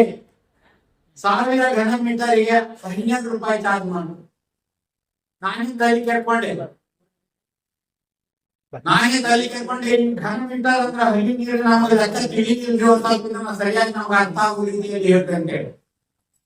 ಅವಾಗ ನಮ್ಮ ಉತ್ತರಗೌಡ ಹೇಳಿದ್ರು, ಇಂಜಿನಿಯರ್ ಆಗ್ಬೇಕು, ಈ ಕಡೆ ರೈತರು ಹೌದು, ಆ ಕಡೆ ಇಂಜಿನಿಯರ್ ಹೌದು. 10 ಲಕ್ಷ ಲೀಟರ್ ಆಗ್ತದ ನೋಡ್ರಿ ಅಂತ ಹೇಳಿ ಅವ್ರು ಲೆಕ್ಕ ಮಾಡಿ ಹೇಳಿದ್ರು. ಎಷ್ಟು? 1000 ಘನ ಮೀಟರ್ ಅಂದ್ರ 10 ಲಕ್ಷ ಲೀಟರ್ ನೀರು ರೈತರಿಗೆ ಪೂರೈಕೆ ಆದಾಗ ಡ್ಯಾಮಿನಿಂದ ಮುಖ್ಯ ಕಾಲುವೆ, ವಿತರಣಾ ಕಾಲುವೆ, ನಿಮ್ಮ ಬಲಗಾಲುವೆ ಬಂದು ತಲುಪಿದಂತಹ ನೀರು 10 ಲಕ್ಷ ಲೀಟರ್ ನೀರು ಹರಿದಾಗ ನೀರಾವರಿ ಇಲಾಖೆ ನೀರು ಬಳಕೆದಾರ ಸಂಘಕ್ಕೆ ಕೇಳ್ತದ 12 ರೂಪಾಯಿ ಕೊಡ. 10 ಲಕ್ಷ ಲೀಟರ್ ನೀರು ಕೊಟ್ಟರೆ 12 ರೂಪಾಯಿ ತುಂಬು ಸರ್ಕಾರಕ್ಕೆ ಒಂದು ಸಂಘದ ಅವ್ರು ಸರಿಯಾಗಿ ನೀರಿನ ನಿರ್ವಹಣೆ ಮಾಡ್ಕೊಳಿಕತ್ತಾರ. ಎಲ್ಲೂ ನೀರನ್ನ ಕೇಳು ಮಾಡಿಲ್ಲ. ಎಲ್ಲರೂ ಸಭೆ ಸೇರ್ತಾರ, ಚರ್ಚೆ ಮಾಡ್ತಾರ, ತಮ್ಮ ಉದ್ದೇಶಗಳನ್ನ ಈಗ ಬರ್ಕೊಂಡಾರ. ಸರ್ಕಾರ ಸೂಚಿಸಿದಂತ ಏನು ಕೃಷಿ ತಜ್ಞರು ಹೇಳಿದಂತ ವಿಜ್ಞಾನವನ್ನ ಅಳವಡಿಸ್ಕೊಳ್ಳಿಕ್ಕೆ ಮುಂದಾಡ್ಲಿ. ಏನೇ ಈ ಹೊಲಗಾಲುವೆಗಳನ್ನ ನೀವು ನಿರ್ವಹಣೆ ಮಾಡ್ಕೊಂಡಿರಿ, ಅಲ್ಲಿ ಒಂದ್ ಸ್ವಲ್ಪ ಅಲ್ಲೆಲ್ಲ ರೈತರನ್ನ ಮ್ಯಾನೇಜ್ ಮಾಡಿರಿ, ಅವ್ರಿಗೆ ಸರಿಯಾದ ಸಮಯಕ್ಕೆ ಪಾಳೆ ಹಾಕಿ ಅವ್ರಿಗೆ ನೀರು ಕೊಟ್ಟಿರಿ. ಈ ಒಂದು ಸಾಧನೆಗಾಗಿ, ಈ ಒಂದು ಪರಿಶ್ರಮಕ್ಕಾಗಿ 8 ರೂಪಾಯಿ ನೀವು ಇಟ್ಕೋರಿ. ಅದ್ರಾಗ ಕಾಯ್ದಿರೋ ಗೊತ್ತದನ ನಮ್ಗಿದು. ಇಲ್ಲಿ ಸಹಕಾರದ ಕೆಲಸ ಮಾಡ್ತಾ ಇದ್ದೀನಿ. ಆಮೇಲೆ ನಮ್ದು ವಿಶೇಷ ಸ್ಪೆಷಲೈಸೇಷನ್ ಅಂದ್ರೆ ಯಾವುದೇ ಪ್ರದೇಶದ ಭೂಮಿ ಸಮೀಕ್ಷೆ ಮಾಡಿ ಅದರ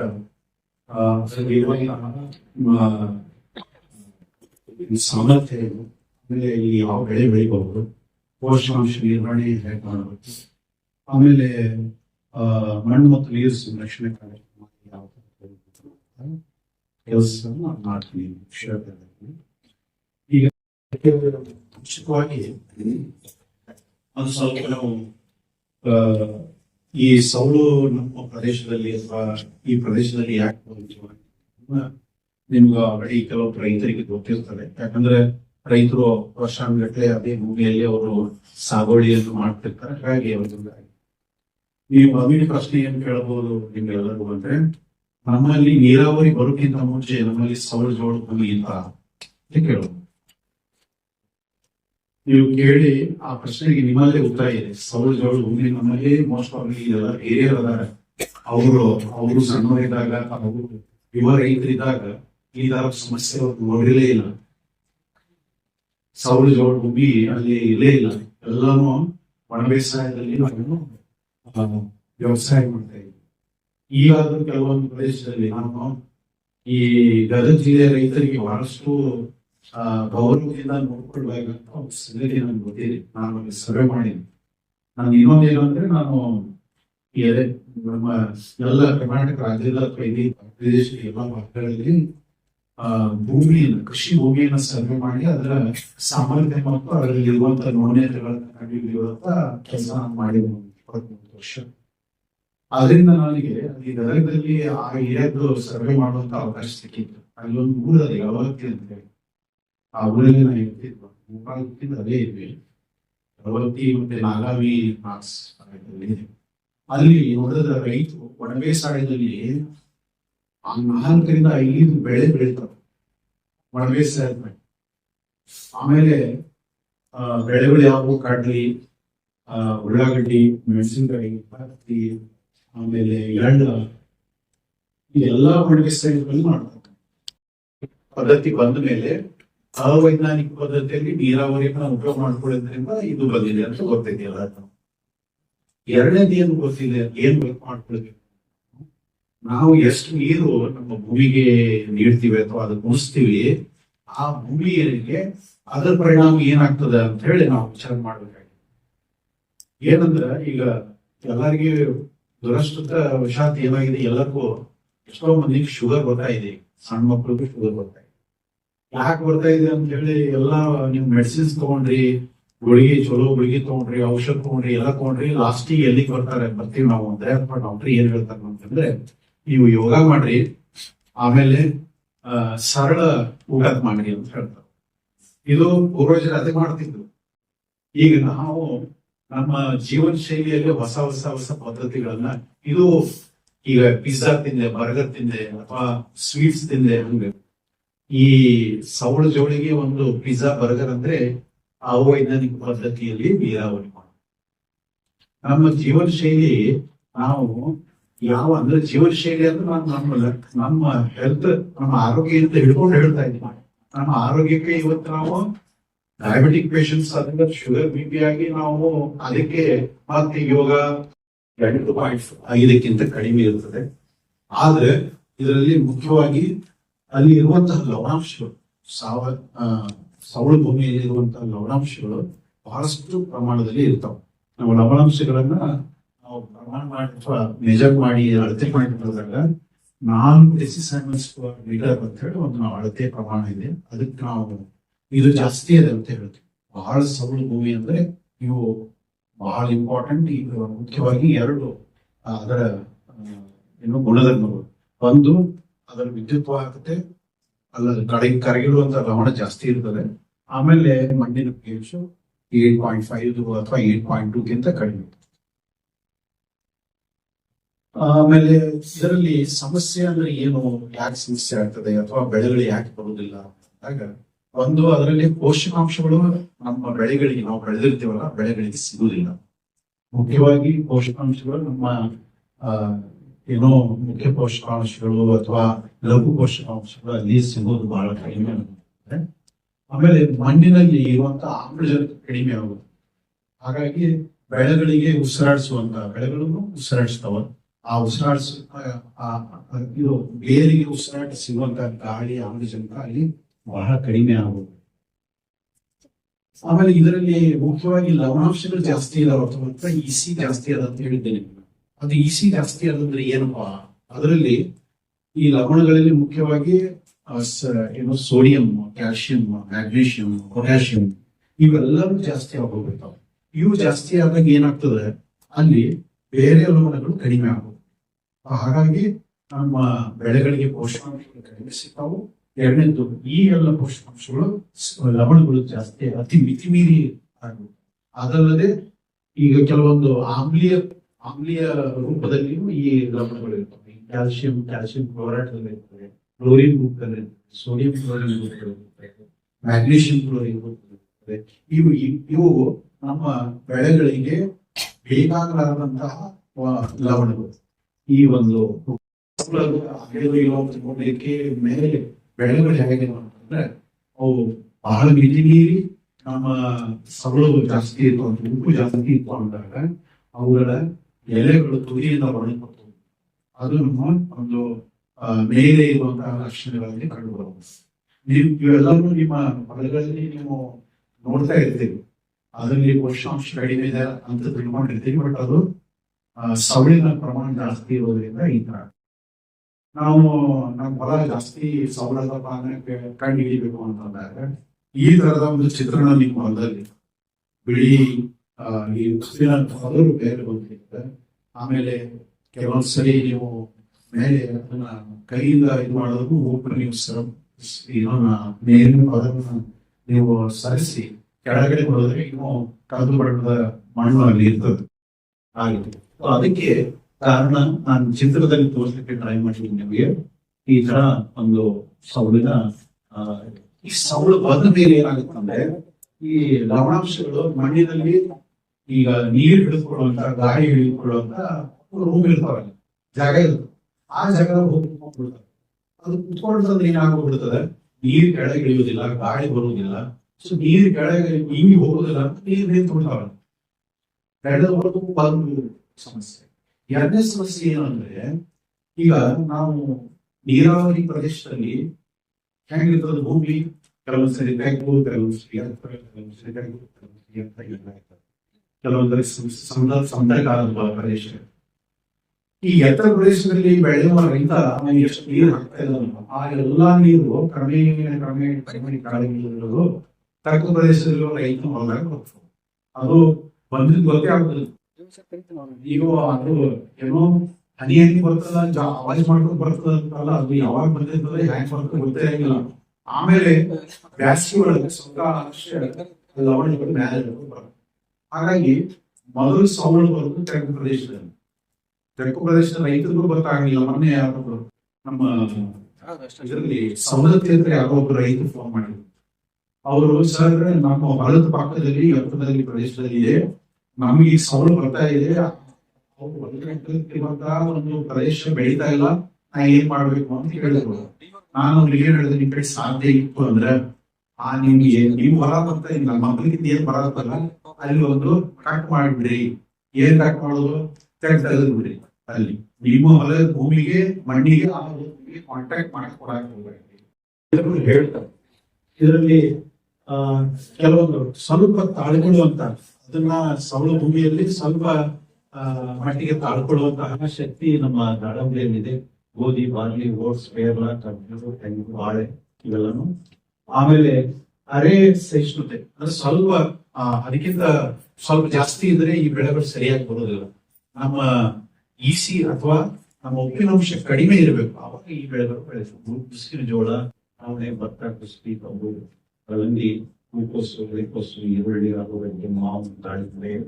ಏನಾಗುತ್ತಂದ್ರೆ ಈಗ ಉಪ್ಪಿನ ನೀರು ಆ ಪೈಪಲ್ಲಿ ಹೋಗಿ ಅದು ಹೊರಗಡೆ ಬಂದು ಆ ಒಂದು ಚಿತ್ರ 2ನೇ ಚಿತ್ರದಲ್ಲಿ ನೀವು ನೋಡ್ತಾ ಇದ್ದೇವೆ.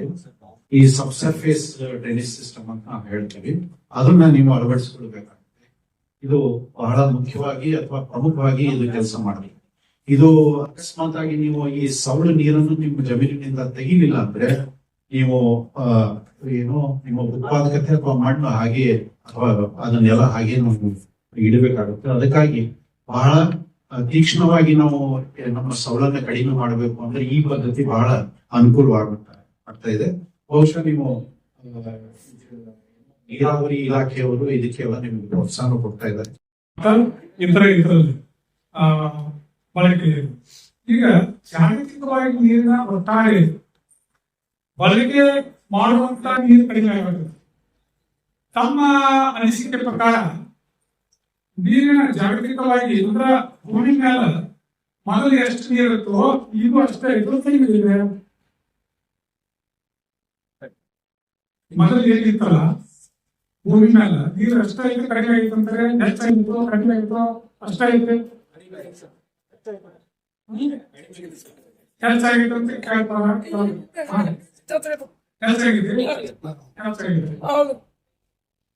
ನೀರು ಹೆಚ್ಚಾಗಿತ್ರಿ ಒಟ್ಟಾರೆ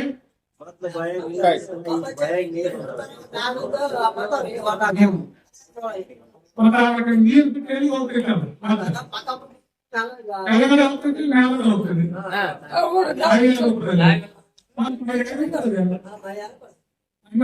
ಸೈಕಲ್ ಅಂತ ಚಕ್ರ, ನೀರಿನ ಚಕ್ರ ಹೌದಲ್ಲ. ಮಳೆಗಾಗಿ ಕೆಳಗೆ ಬರ್ತದೆ, ಗ್ರೌಂಡ್ ಬಡ್ದಾಗ ಹೋಗ್ತದೆ, ಅಥವಾ ಹರಿದು ಹೊಡಿಗೆ ಹೋಗ್ತದೆ, ಹರಕೆ ಹೋಗ್ತದೆ, ಮತ್ತೆ ಹಾಗೆ ಮೇಲೆ ಹೋಗ್ತದೆ, ಮೂಡ ಆಗ್ತದೆ, ಮಾಡ್ಕೊಂಡು ಇದು ಚಕ್ರ.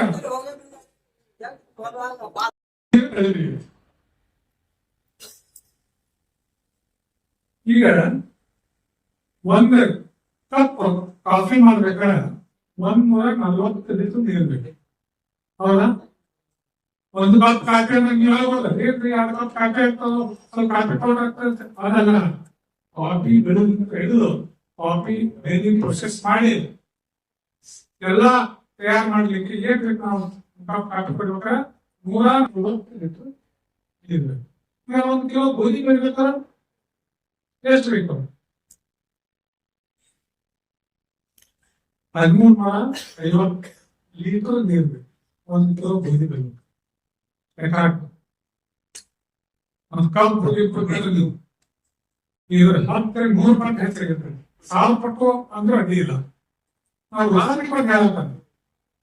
ಈಗ ನಾನ್ ವೆಜ್ ತಿಂತಾರಪ್ಪ, 1 ಕಿಲೋ ಮಾಂಸ ಉತ್ಪತ್ತಿ ಆಗ್ಬೇಕಾದ್ರೆ ಎಷ್ಟು ನೀರು ಬೇಕಾಗ್ತದೆ? 16,000 ಲೀಟರ್. ಅಂದ್ರೆ ಆ ದನ ಮೇಯಲಿಕ್ಕೆ ಇದನ್ನ ಬೆಳಿಬೇಕಾ? ಹುಲ್ಲು ಬೆಳೆ, ಆ ದನವನ್ನು ನೀರು ಕುಡಿದು ಬೆಳಿಬೇಕಾ? ಬೆಳೆದ ಒಂದು ಕೆಲವು ಮಾಂಸ ಆಗ್ಬಿಟ್ರೆ 1 ಕಿಲೋ ಮಾಂಸ ನೀರು ಎಷ್ಟು ಬೇಕು? 16,000 ಲೀಟರ್. ಇದು ಉದಾಹರಣೆ ಯಾಕೆ ಹೇಳ್ತಾರಂದ್ರೆ ನೀರಿನ ಮಾಡುತ್ತಿಲ್ಲ, ಆದ್ರೆ ನಾವೇನ್ ಮಾಡತ್ತಲ್ಲ, ನೀರಿನ ಕ್ಷಮತೆ ಅಂದ್ರೆ ಎಫಿಷಿಯನ್ಸಿ ಆಫ್ ಇರಿಗೇಷನ್. ಈ ಕಮಾಂಡ್ ಏರಿಯಾದ ಅಚ್ಚುಕಟ್ಟು ಪ್ರದೇಶದಲ್ಲಿ ಬರೀ ಕೇವಲ 35% 30% ಇದೆ ಎಫಿಷಿಯನ್ಸಿ. ಇದು ಯಾಕೆ ಎಫಿಷಿಯನ್ಸಿ ಅಂದ್ರೆ 35%? ಈ ರಿಕಾರ್ಡ್ ಯಾಕೆ ಇದರಿಂದ 100 ಲೀಟರ್ ನೀರು ಬಿಡ್ತಾರಂದ್ರ ರಿಕಾರ್ಡ್ ಯಾಕಂದ್ರ 100 ಲೀಟರ್ ಹೊರಗೆ ಬಂತಂದ್ರ ಈ 30 ಯಾವ್ದೋ ಒಂದು ತಾಲೂಕಾಗ ಯಾವ್ದೋ ಒಂದು ಊರು, ಅಲ್ಲಿ ಆ ರೈತಗ ಹೊಲಕ್ಕ ಮುಟ್ಟುದು ಎಷ್ಟು? 35%. ಸೌಳು ಭೂಮಿ ಅಂದ್ರೆ ಕರಗುವಂತ ನೀರಿನಲ್ಲಿ ಕರಗುವಂತ ಲವಣಗಳು ಮಾತ್ರ ಇರ್ತಾವ, ಸೋಡಿಯಂ ಇರ್ತೈತಿ, ಕಡಿಮೆ ಇರ್ತೈತಿ. ಆ ಕರಲ ಭೂಮಿ ಅಥವಾ ಕ್ಷಾರೀಯ ಭೂಮಿ ಅಥವಾ ಸೋಡಿಕ್ ಸಾಯಿಲ್ಸ್ ಅಂದ್ರ ಅಲ್ಲಿ ಕರಗುವಂತ ಲವಣ ಇರ್ತಾವ, ಮತ್ತ ಸೋಡಿಯಂ ಲವಣ ಹೆಚ್ಚಾಗ್ತೈತಿ. ಹೀಗಾಗಿ ಮಣ್ಣಿನ ಭೌತಿಕ ಗುಣಧರ್ಮ ಕಳ್ತೈತಲ್ಲಿ. ಈ ಸರಳ ಭೂಮಿ ಮತ್ತು ಕರ್ಲ್ ಭೂಮಿ ನೋಡಿದ ತಕ್ಷಣ ಯಾವ ನೋಡಲಿಕ್ಕೆ ಹೆಂಗ ಕಾಣ್ತಾವಪ್ಪ ಅಂದ್ರ ಸರಳ ಭೂಮಿ ಇದ್ದಾಗ ಹೆಂಗ ಬೆಳೆ ಇರ್ತೈತಿ. ಕರ್ಲ್ ಭೂಮಿ ಅಥವಾ ಚಾರಿಯ ಮಣ್ಣಿಂದ ಕಪ್ ಇರ್ತೈತಿ. ಸ್ವಲ್ಪ ಅಲ್ಲೆಲ್ಲ ಕಪ್ ಇರ್ತೈತಿ, ಅದು ಚಾರಿ. ಬರೇ ಇದು ಬೆಳ್ಳಗೆ ಮ್ಯಾಲೆ ಇರ್ತಂದ್ರೆ ಇದು ಸೌಳು. ಸೊ ಸೌಳ ಭೂಮಿಯನ್ನು ಹೋಗಲಾಡಿಸಲು ನಸಿ ಈ ಇದನ್ನ ಕರ್ಲ ಭೂಮಿಗೆ ಹೊರಗೆ ಹೋಲಿಕೆ ಮಾಡಿದ್ರು. ಅವ್ರು ಕೇಳ್ತಾನೆ ಈಗ ನಮ್ಮ ವೆಂಕಟೇಶ್ ಸರ್ ಹೇಳಿದ್ರು ಡಿ ಅವರು, ಇಂತಹ ಭೂಮಿ ಅಚ್ಚುಕಟ್ಟ ಪ್ರದೇಶದಲ್ಲಿ ಬಹಳ ಇದೆ. ಇವರು ಖಂಡಿತವಾಗಿಯೂ ಅತ್ಯಂತ ಪ್ರೊಡಕ್ಟಿವ್ ಭೂಮಿಯಾಗಿ ಮಾಡಬಹುದು. ಯಾರಾದ್ರೂ ಇಲ್ಲಿ ಬಂದಾದ್ರೆ ನಿಮ್ಮಲ್ಲಿ ಸೌಳ ಜವಳ ಭೂಮಿ ಆಗುತ್ತೆ ಐತಿ, ಯಾರಲ್ಲಿ ಹೊಲದಲ್ಲಿದೆ, ಎಷ್ಟು ಜನ ಆಗಿದೆ, ತಮಗೆ ಎಷ್ಟು ಸೌಳ ಭೂಮಿ ಆಗಿದೆ? 4 ಎಕರೆ ಎಂಬುದು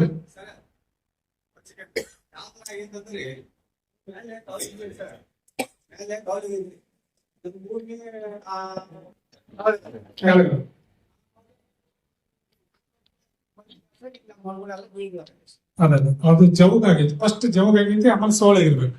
ಜವಳ ಕೂಡ ಅದೇನ್ ಹೇಳ್ಬೇಕಂದ್ರಿ ಮ್ಯಾಲೆಗ ಕೌಲಿ ಎಲ್ಲ ಏರ್ಗೈತಲ್ರಿ, ನೀವು ಹೇಳಿದ್ರಿ ಸರ್ ಆಗಲೇ ಏನಂದ್ರಿ, ಕೌಲಿ ಸರಿಯಾದ ವ್ಯವಸ್ಥಿತ ರೀತಿಯಲ್ಲಿ ಇರ್ಲಾರ್ದಕ್ಕ ಸೋರಿಕೆ ಆಗಿರಲ್ಲ, ಆ ಸೋರಿಗೆ ನೀರೆಲ್ಲ ಬಂದು ನಮ್ಮ ಹೊಲಗಳೆಲ್ಲ ಬಾಧ ಆಗತ್ತೆ. 2 ಕೆನಾಲ್ ಎರಡು ಬಾಜು ಆಗಿದಾವ. ಈಗ ಅದಕ್ಕೆ ಏನ್ ವ್ಯವಸ್ಥೆ ಮಾಡ್ಬೇಕು? ವ್ಯವಸ್ಥೆ ಅಂದ್ರೆ ನಿಮ್ಮ ಹೊಲದಿಂದ ನೀರು ಹೊರಗೆ ಹೋಗ್ಬೇಕು. ಹೊರಗೆ ಹೋಗ್ಬೇಕು ಸರ್. ಹೌದು, ಸರ್. ಹೊರಗೆ ಹೋಗ್ಬೇಕಂದ್ರ ಮ್ಯಾಲ ಕೆನಾಲ್ ಅದೇ, ಕೆಳಗ ನಿಮ್ ಹೊಲ ಅದೇ. ಈ ಕೆನಾಲ್ ಪಕ್ಕಕ್ಕ ಅಂದ್ರೆ ನಿಮ್ ಹೊಲದ ಮ್ಯಾಲ ಒಂದು ದೊಡ್ಡ ಟ್ರೆಂಚ್ ತೆಗಿಬೇಕು. ಎಷ್ಟು ಟ್ರೆಂಚ್ ತೆಗಿಬೇಕಂದ್ರ 4 ಫೂಟ್ ಸುಮಾರು ಅಗಲಕ್ಕೆ ಅನ್ನೋಕ್ಕಿಂತ ಆಳ ಸ್ವಲ್ಪ 3-4 ಫೂಟ್ ಆಳ. ಅಂದ್ರೆ ನೀವು ಯಾವ ಬೆಳೆ ಬರ್ತೈತ ಆ ಬೆಳೆಗಿನ ಕೆಳಮಟ್ಟದಲ್ಲಿ ನೀರು ಹರಿದು ಹೋಗ್ಬೇಕಾಗ್ತದೆ. ಹಂಗ 4 ಫೂಟ್ ಆಳ ಟ್ರೆಂಚ್ ತೆಗಿಬೇಕು. ಅದ್ರೊಳಗ ಕಲ್ಲು ಉಸುಕು ಎಲ್ಲ ತುಂಬಬೇಕು. ಕಲ್ಲು ಆ ಟ್ರೆಂಚ್ ಕೆಳಮಟ್ಟ ಏನಿರ್ತದೆ, ಟ್ರೆಂಚಿನ 4 ಫೂಟ್ ತೆಗೆದ್ರ ಸ್ವಲ್ಪ ಕೆಳಗಡೆ ಸ್ಲೋಪ್ ಕೊಡ್ಬೇಕು. ಮ್ಯಾಲು 4 ಫೂಟ್ ಇರ್ತದ ಆಳ, ಮೊದಲ ಸ್ವಲ್ಪ ಲಾಸ್ಟ್ಗೆ 4-5 ಫೂಟ್ ತಗೊಳ್ಳ. ಅಂದ್ರೆ ಹಿಂಗ ಸ್ಲೋಪ್ ಬರ್ಬೇಕು. ಒಳಗಿಂದ ಸ್ಲೋಪ್ ಬರ್ತಂದ್ರ ಆಮೇಲೆ ಎಲ್ಲ ತುಂಬಬೇಕು. ಲವಣ ಮತ್ತು ಚಾರಿಯ ಮಣ್ಣನ್ನು ನೀವು ಕಡಿಮೆ ಮಾಡಬಹುದು. ಹೆಂಗೆ? ಈಗ ಭೂಮಿ ನೋಡ್ಬೇಕು, ಎಡಗಡೆ ದಿವಸ ಮಣ್ಣಿನ ಕಣಗಳ ಉಪ್ಪು ಕೂಡುವಿಕೆ, ಮಣ್ಣಿನ ಕಣಗಳ ರಚನೆ ಆಗ್ತಾವಲ್ಲ, ಕಣಗಳ ರಚನೆ ಆಗ್ಬೇಕಾದ್ರೆ ಅಲ್ಲಿ ಸಾಕಷ್ಟು ಸಾವಯವ ಪದಾರ್ಥ ಮತ್ತು ಸೂಕ್ಷ್ಮಾಣು ಜೀವಿಗಳು ಬೇಕು. ಕಣಗಳ ರಚನೆ ಚೆನ್ನಾಗಾಗ್ತಂದ್ರೆ ನೀರು ಬೆಸುವಿಕೆ ಹೆಚ್ಚಾಗಬೇಕು, ನೀರು ಆಡೋದು ಹೆಚ್ಚಾಗಬೇಕು. ಎಡಗಡೆ ಆ ಕಡೆ ಅಲ್ಲಿ ಕಣಗಳ ಕ್ಷಿಪ್ರ ಆಗಿರ್ತಾವ, ಸಾವಯವ ಪದಾರ್ಥ ಕಡಿಮೆ ಇರ್ತೈತಿ. ಇನ್ನೊಂದು ಸೋಡಿಯಂ ಅಂಶ ಹೆಚ್ಚಾಗ್ತೈತಿ. ಕೆಲವೊಂದು ಭೂಮಿ ನೋಡ್ಬೇಕು, ಎಷ್ಟು ನೀರು ಹಾಯಿಸಲು ಬಸ್ಲಾಗೋದಲ್ಲ, ಬೇಗ ಹಿಂಗೊಂದು ಜ್ಞಾನ ನಿಂತೈತಿ, ಅಲ್ಲಿ ಸೋಡಿಯಂ ಅಂಶ ಹೆಚ್ಚಾಗ್ತೈತಿ. ಕೆಲವೊಂದು ಸೌಳ ಭೂಮಿಯಾಗ ನೀರು ಹಾಯಿಸಲು ಹಿಂಗತೈತಿ, ಆದ್ರೆ ಸೌಳ ಭೂಮಿ ಇರ್ತೈತಿ, ಅದು ಸೋಡಿಯಂ ಅಂಶ ಕಡಿಮೆ ಇರ್ತೈತಿ. ಸೊ ಅದಕ್ಕೆ ಮಣ್ಣಿನ ಕಡೆಗಳ ರಚನೆ ಚೆನ್ನಾಗಾಗ್ಬೇಕಲ್ಲ, ಸಾಕಷ್ಟು ಸಾವಯವ ಪದಾರ್ಥಗಳನ್ನ ಮಣ್ಣಿಗೆ ಸೇರಿಸ್ಬೇಕು. ಸಾವಯವ ಪದಾರ್ಥಗಳು ಯಾವುದು? ತಿಪ್ಪೆ ಗೊಬ್ಬರ ಇರ್ಬೋದು, ಹಸಿರೆಲೆ ಗೊಬ್ಬರ ಇರ್ಬೋದು, ಎರೆ ಗೊಬ್ಬರ ಇರ್ಬೋದು, ಕಸ ಮೊಸರು ಏನಿರ್ತದೆ ಎಲ್ಲ ಅಲ್ಲೇ ಹಾಕ್ರಿ, ಅದನ್ನು ಕಳಿಸ್ಬೇಕು ಇಮೇಲೆ. ಸೊ ಈಗ ಸಾವಯವ ಇಂಗಾಲದ ಪ್ರಮಾಣ ಬಹಳಷ್ಟು ಕಡಿಮೆ ಐತೆ, ಕನಿಷ್ಠ 1% ಬೇಕು. ಇಲ್ಲಿ 0.3-0.4% ಐತೆ ಮಣ್ಣಾಗ. ಅದು ಯಾಕಂದ್ರೆ ಸಾವಯವ ಪದಾರ್ಥ ಮಣ್ಣಾಗ ಹೇಗಿರೋದ್ರ ಈ ಸೂಕ್ಷ್ಮಾಣುಜೀವಿಗಳು, ಸಾಕಷ್ಟು ಸೂಕ್ಷ್ಮಾಣುಜೀವಿಗಳು ಅದಾವ ನಮ್ಮ ಮಣ್ಣಲ್ಲಿ. 1 ಗ್ರಾಮ್ ಮಣ್ಣು ತಗೊಂಡ್ರೆ ಉಡ್ಯಾಡಂತೆ ಸೂಕ್ಷ್ಮಾಣುಜೀವಿಗಳು, ಅದು ಫಲವತ್ತಾದ ಮಣ್ಣಿನಲ್ಲಿ. ಅಂತ ಸೂಕ್ಷ್ಮಾಣುಜೀವಿಗಳ 2 ಸಾವಿರ. ಒಂದು ನಮ್ಗೆ ಉಪಯೋಗ ಆಗುವಂತ, ಬೆಳೆಗಳಿಗೆ ಉಪಯೋಗ ಆಗುವಂತ ಒಂದು ಹಾನಿಕಾರಕ. ಹಾನಿಕಾರಕ ಸೂಕ್ಷ್ಮಾಣುಜೀವಿಗಳ ಸಂಖ್ಯೆ ಬಹಳ ಇರ್ತವೆ, 75%. ಸೊ ಇವುಗಳ ಸೂಕ್ಷ್ಮಾಣುಜೀವಿಗಳ ಸಂಖ್ಯೆ ವೃದ್ಧಿ ಆಗ್ಬೇಕಾದ್ರೆ, ಉಪಯೋಗ ಆಗುವಂತ ಸೂಕ್ಷ್ಮಾಣುಜೀವಿಗಳ ಸಂಖ್ಯೆ ವೃದ್ಧಿ ಆಗ್ಬೇಕಾದ್ರೆ, ಹೆಚ್ಚಾಗ್ಬೇಕಾದ್ರೆ ಸಾವಯವ ಪದಾರ್ಥಗಳನ್ನ ಹೆಚ್ಚು ಬಳಸ್ಬೇಕು. ಜೊತೆಗೆ 4 ಫೂಟ್ ಒಂದು ಮಡಿ ಮಾಡಿ ಜಿಪ್ಸಮ್ ಕನಿಷ್ಠ ಒಂದು ಎಕರೆಗೆ 1 ಟನ್ ಜಿಪ್ಸಮ್ ಅದು ಎಷ್ಟು ಬೇಕು ಅಂದ್ರೆ ಎಸ್ಟಿಮೇಟ್ ಮಾಡಿ ಹೇಳ್ಬೇಕಾಗ್ತದೆ ಎಷ್ಟು ಸೋಡಿಯಂ ಐತೆ ಅನ್ನೋದು. ಸಾಮಾನ್ಯವಾಗಿ ಹೇಳ್ತಾರೆ ಒಂದು ಟನ್ ಅಷ್ಟು ಅದನ್ನ ತಂದು ಮಣ್ಣನ್ನು ಮಿಕ್ಸಿ ಮಾಡಿ ಮಡಿ ಕಟ್ಟಿ ನೀರು ನಿಲ್ಲಿಸ್ಬೇಕು. ನೀರು ನಿಲ್ಲಿಸಿ ಏನಾದ್ರಿಂದ ಸೋಡಿಯಂ ಅಂಶ ಇದ್ದು ಬಸದು ಹೋಗ್ತದೆ. ಜಿಪ್ಸಮ್ ಹಾಕಿದ ನಂತರ ಮಣ್ಣಾಗ ಮಿಕ್ಸ್ ಮಾಡಿದ ನಂತರ ನೀರು ನಿಲ್ಲಿಸ್ಬೇಕು ಒಂದು ವಾರ. ಆಮೇಲೆ ಬಿಸಿಗಾಳಿ ಮುಖಾಂತರ ಆ ಸೋಡಿಯಂ ಅಂಶ ಹೊರಗೆ ಹೋಗ್ತಂದ್ರೆ ನಿಮ್ಗೆ ಲವಣ ಕಲ್ಲು ಭೂಮಿ ಅಥವಾ ಚಾರಿ ಭೂಮಿ ಕಡಿಮೆ ಆಗ್ತದೆ. ಈಗ ನೋಡಿ ಸೂಕ್ಷ್ಮಾಣು ಜೀವಿಗಳು ಹೇಳಿಲ್ಲ ನಾನು. ಅವು ಸೂಕ್ಷ್ಮಾಣು ಜೀವಿಗಳು ಏನ್ ಮಾಡ್ತಾವ ಅಂದ್ರೆ ಮಣ್ಣಿನ ಕಣಗಳ ರಚನೆ ಅವುಗಳಲ್ಲಿ ಸಹಾಯ ಮಾಡ್ತಾವ. ಅವು ಪ್ರಮುಖ ಆಹಾರ ಉಪಯೋಗ ಮಾಡ್ತಾವ. ನಾವು ಹಾಕಿದಂತ ಸಾಗುವ ಪದಾರ್ಥಗಳನ್ನ ಅವು ಸಾಕಷ್ಟು ಕೆಮಿಕಲ್ಸ್ ಇರ್ತಾರೆ, ಕೆಲವೊಂದು ಎಂಜೈಮ್ಸ್, ಕೆಲವೊಂದು ಇವನ್ನೆಲ್ಲ ಬಿಡುಗಡೆ ಮಾಡಿ ದೇಹದಿಂದ ಮಣ್ಣಿನ ಕಣಗಳ ರಚನೆ ಆಗ್ತಾವ. ಈಗ ನೋಡ್ಬೇಕು ಸುಮ್ಮನೆ ಅವರ ಮಣ್ಣಿನ ಹಂತಂದ್ರ ಮಣ್ಣು ಹೆಂಗಾಗಿರ್ತೈತಿ, ಮಣ್ಣು ಹೆಂಗಾಗ್ತೈತಿ ಸುಮ್ಮನೆ ಮಣ್ಣಿನ ಹೋಗಿರ್ತೈತಿ.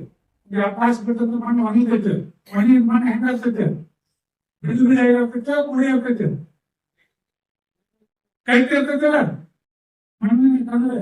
ಅಂದ್ರೆ ರಚನೆ ಅವುಗಳಲ್ಲಿ ಒಳಗೆ ಮಣ್ಣು ಕಣ್ಣಿ ಕಾಣುವಂತ ಸಾಕಷ್ಟು ಸೂಕ್ಷ್ಮ ಬ್ಯಾಕ್ಟೀರಿಯಾ ಎಕ್ಟೋನೋಮೈಸಿಟ್ಸ್ ಇವೆಲ್ಲ ಸಹಾಯ ಮಾಡ್ತಾವೆ. ಅದಕ್ಕಾಗಿ ನಾವು ಸಾವಯವ ಪದಾರ್ಥಗಳನ್ನ ಮಣ್ಣಿಗೆ ಸೇರಿಸ್ತೀವಿ.